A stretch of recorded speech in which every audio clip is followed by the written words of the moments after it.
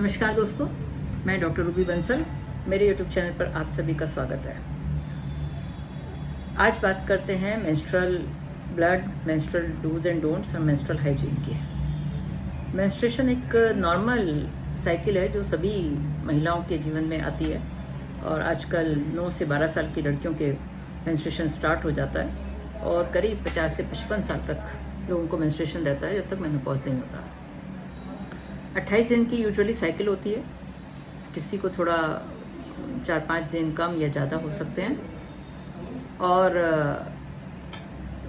Important आज में world menstrual hygiene day है जो इसी की अवेयरनेस को क्रिएट करने के लिए बनाया हुआ है। तो ये कोई डर्टी थिंग नहीं है, ये कोई महिलाएं इन दिनों में बीमार नहीं होती हैं, कोई ऐसा नहीं है कि वो गंदी हो गई हैं या जिस तरह के भी मिथ्स जो हमारे रिचुअल्स हैं, मिथ्स हैं, वो सब अपनी जगह है, परंतु ऐसा कोई भी वो नहीं है। ये एक नॉर्मल एक जीवन को देने के लिए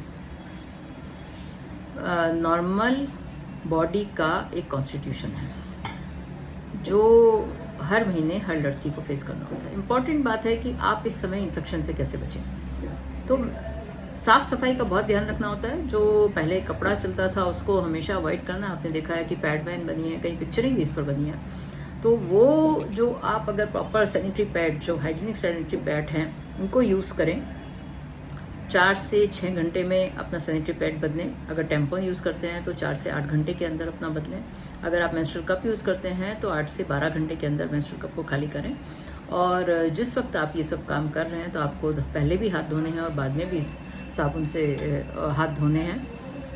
मेंटेन रखिए अपनी हाइजीन को, जो आपकी वेजाइनल हाइजीन है उसका बहुत ध्यान रखना है।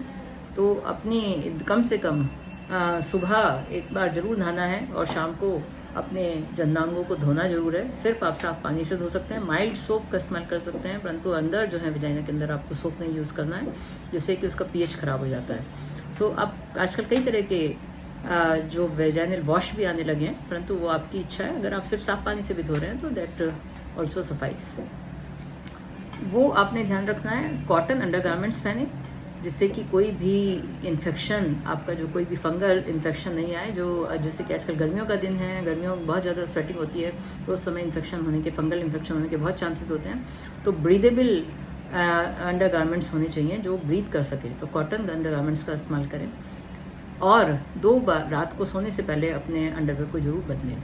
अगर बीच में अंडरवेयर पर कोई स्ट्रेन आ जाता है या गीला हो जाता है तो उसको तभी भी बदलें। ये सब बातें अगर आप ध्यान में रखते हैं तो आपको इन दिनों में कोई प्रॉब्लम नहीं होगी और इन्फेक्शन नहीं होगा।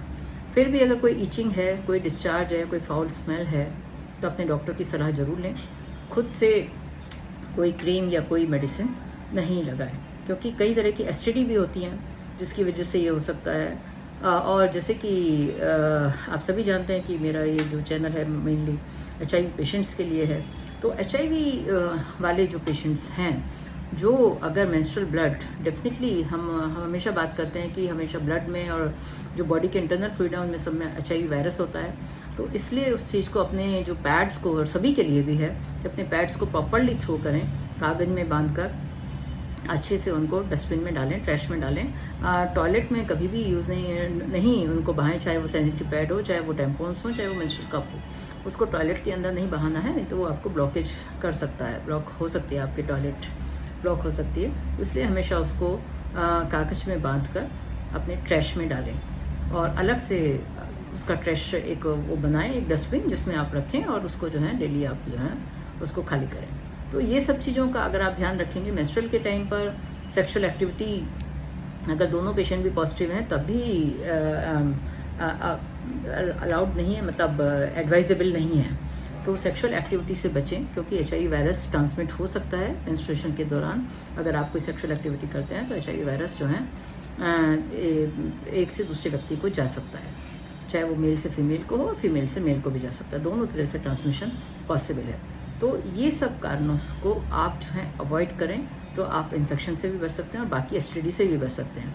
और गोनोरिया जैसे कि सिफिलिस, हेपेटाइटिस B, C और किसी तरह के और जो इन्फेक्शन हैं उनसे भी बचा जा सकता है। आपको कोई भी STD हो तो अपने डॉक्टर की जरूर सलाह लें। अपने HIV की दवाई, अगर आपको HIV है तो वो रेगुलर खाएं। आपका वायरल लोड सप्रेस होना चाहिए और इन्फेक्शन से बचें। मेरे चैनल को लाइक करिए, सब्सक्राइब करिए, शेयर करिए और अगर आपकी कोई भी क्वेरी हो तो मुझे लिखिए। धन्यवाद।